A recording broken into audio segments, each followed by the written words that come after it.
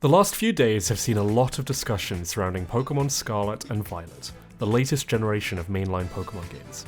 After a somewhat lackluster reception to Sword and Shield, the Paldea region has a lot to prove. Many are praising these new adventures as a sign of a bright new future for the franchise, but others would suggest that these games are behind the times, and have some worrying features that we should fear becoming precedent. So who's right and who's wrong? This is a video of my impressions of these new Pokémon games, with the aim of providing a complete overview of the gameplay, design, and performance. This is not a review of these games, nor is the intention of this video to provide further argument one way or the other, but rather to clearly highlight what I believe are the highs and lows of Scarlet and Violet. It's my hope that those with more passionate opinions about this game find a new perspective they hadn't considered, and those who are yet to play it will have a full picture of what Scarlet and Violet do right and what they do wrong. It's also worth noting that some features will be much more significant to some than others. You may be dismissive of praise for the story, or criticism of the graphics, but the fact remains that Pokémon has an immense audience, and what might be less important to you may matter a great deal to someone else. I'll be doing my utmost to ensure that all of the content in this video is as light on spoilers as possible. Footage will include some new Pokémon and game mechanics which have appeared in pre-release media, as well as footage from some of the game's locations. With that said, any of you who are being more cautious of spoilers may prefer to play this video in the background and listen instead. First off, let's start with the highs. Paldea features a sprawling open world environment, and to its credit, the games do a good job of incentivizing and rewarding exploration. During my travels, I would often stray from the route towards the main objective, and I often encountered useful items or new species of Pokémon for doing so. The variety and density of Pokémon, both new and old, was enough to keep things fresh throughout, and finding groups of Pokémon in natural habitats helped to sell the idea of Paldea as a living world. And while the design of the new creatures is subjective, I feel like there's a good selection of new Pokémon, particularly the starters. Paldea's Spanish inspiration is clear to see as well. With its vibrant towns and architecture, Scarlet and Violet have some of the most visually interesting towns in the entire franchise. When it comes to the story, Scarlet and Violet feel like a considerable upgrade over Generations 7 and 8. The main story is split up into 3 major questlines, with each offering variation in gameplay and reward. While the typical Pokémon formula can fall into linearity quite easily, these 3 separate questlines offer some much needed variety, and elevate the stories around them. The characters are definitely a step up as well. While Nemona is yet another iteration of the friendly rival like How and Hop, I expect many will find her much less grating or intrusive. Similarly, the other major characters that feature have a surprising amount of depth, and a handful of the lesser characters, like the gym leaders, have much more personality. This even applies to Koraidon and Miraidon, who feel much more like partners to the main character than Zacian and Zamazenta ever did. While story has never been the driving force behind the Pokémon franchise, I think it's important to recognize where they've made improvements. There are many good quality of life changes as well when it comes to battling and managing your Pokémon. Trainer battles in the open world are now completely optional, which removes a lot of the tedium from required battles. Wild Pokémon battles also feature dynamic terrain and a fully controllable camera, whereas story battles use the more cinematic camera known from previous entries. Furthermore, many of the features that were added to the Pokémon Center staff in Sword and Shield, such as remembering moves and changing nicknames, can now be done from the menu. This improved accessibility makes customizing a new Pokémon moveset much easier, a welcome addition in my opinion. Lastly, let's talk about co-op. One of the big successes of co-op in Pokémon Scarlet and Violet is that players can continue their own storylines independently of other players in the world. Other players won't be forced to watch story cutscenes or wait for certain events to trigger before continuing their own adventures. Activities are seamless, which vastly improves the use of co-op during the main story. Overall, Scarlet and Violet are very enjoyable games. The core open world gameplay is fun and engaging, the story and characters are elevated from past generations, and there are plenty of things to do with new and old Pokémon during the course of the main game. However, the games are certainly not without their issues.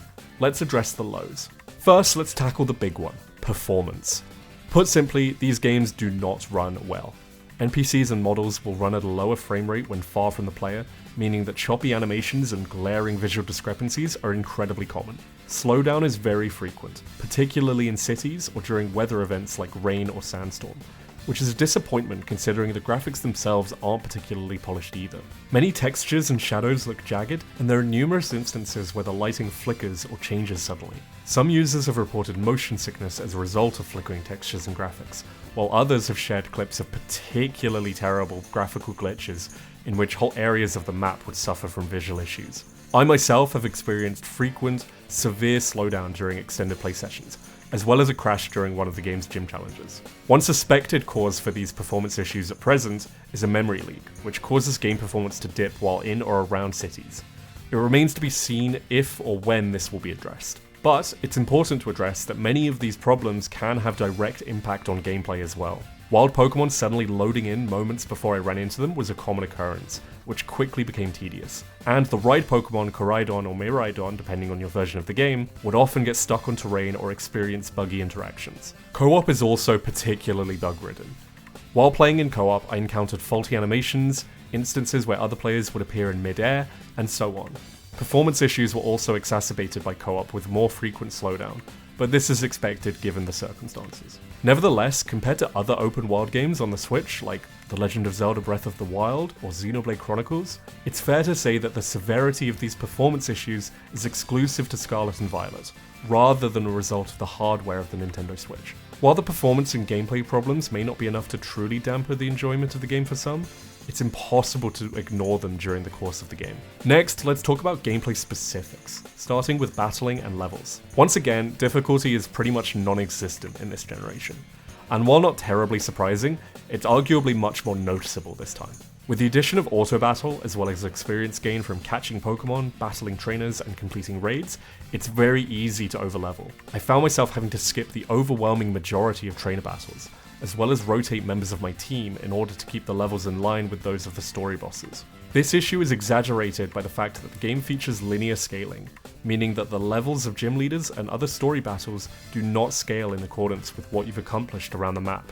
If you choose to face the first gym after beating the second, you'll find yourself vastly overleveled fighting Pokemon weaker than the previous gym challenge. And given the open world design of these games, it's incredibly easy to inadvertently do things out of order, unless you're constantly asking what your next goal should be at the Pokemon Center. There's nothing wrong with using higher leveled Pokemon to deter players from venturing into areas they're not expected to explore yet. But when the difference between one gym challenge and another can be as little as 2 or 3 levels, it's easy to complete objectives in an order different than what the game expects, and encounter a pitifully easy gym challenge as a result. It would have been better if the levels of the story encounters the player was expected to have cleared earlier would scale to match the level of the hardest challenge they've already beaten. That way, the game would continue to incentivize its open world nature without enforcing such a strict route through the game's challenges. As far as gameplay goes, the towns and cities of Paldea also leave a lot to be desired. When arriving in a town, the first thing I would do would be to explore, pick up any items I could find, and tackle the gym challenge if a gym was present. However, despite their vibrant aesthetic, most of the towns felt hollow. The large majority of buildings in Paldea cannot be accessed, and even the biggest towns in the region would feature maybe 1 or 2 relevant NPCs. What this ultimately means is that if a town doesn't have a story objective tied to it, a player will spend a few minutes picking up any useful items before leaving and never having any reason to come back. It's a real shame because many of these towns look fantastic, but there's just no substance to be found. Next, let's talk about customization. This has been a staple since Generation 6, and while it's still present in Scarlet and Violet, it's been massively stripped down. The story positions the main character as a schoolchild, which means you're pretty much stuck with a particularly young appearance. While the game's story attempts to justify this, the main rival Nemona is in the same class as the main character, while looking much more like a young adult. It's a bit of a letdown that there's no option to create a young adult character, considering people who grew up with the early generations are now in their 20s and 30s, though arguably this is a small concern. Much more importantly, clothing options are now extremely limited. Players have the choice of one of 4 school uniforms from the start of the game, but can only change other accessories like hats, glasses, and shoes freely. Considering how vibrant many of the NPCs are in Scarlet and Violet, it seems like a bizarre choice to strip so much agency from customization compared to previous entries. Lastly, let's discuss some other missing features. For some reason, players can no longer disable battle animations, and the option to change the battle mode to set is missing as well. These options were popular among casual and hardcore fans respectively, and considering many text boxes and animations feel slower than in Sword and Shield, it's disheartening to see these options removed. And lastly, one mention of something regarding post-game. For those who don't want to hear this one, you can skip ahead to the conclusion section via the timecode in the description now. Once the main story has concluded, there's no sign of a battle tower or similar substitute available. While the battle tower was never the most popular post-game content, it was still a way to freely experience more competitive battling within the single-player game.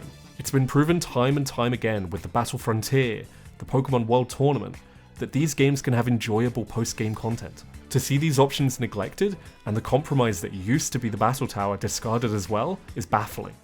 So, that's the end of my overview discussing Scarlet and Violet's highs and lows. Ultimately, there's a lot of great features in this new Pokemon adventure. The transition to an open world may still have some growing pains, but the core gameplay is enjoyable. With that said, I think it's important to recognize both sides. There's nothing wrong with enjoying these games, and as I've tried to outline, there's plenty of things to be excited about in Scarlet and Violet. This is arguably the most innovation this series has seen in some time, and Pokemon fans should celebrate what this new region has improved over the past few iterations. However, that's not to say that these games are not without their problems. No doubt the performance issues will continue to plague these games, and rightfully so. It's impossible to ignore the fact that the current state of Scarlet and Violet on release is just not good enough. You can muster any number of excuses for this, such as release schedules aligned with the release of the anime and TCG, or mismanagement from the developers or project management. But ultimately, finding someone to blame isn't what's important. The fact remains that for one of the core products of the largest media franchise of all time, expecting a functional product is the bare minimum, and that's before you consider issues concerning gameplay, design, and missing content. It's important to recognize the standards that Scarlet and Violet fail to meet, just as much as it's important to praise what they do well, because these games have important learnings for both Game Freak and Pokemon fans alike. This video has been a bit different from my usual content, but I hope those of you who have been seeking more information about these games have found it informative. If so, please leave a like and share this video with other Pokemon fans. And if you've enjoyed the video and want more content, feel free to subscribe and check out my other videos.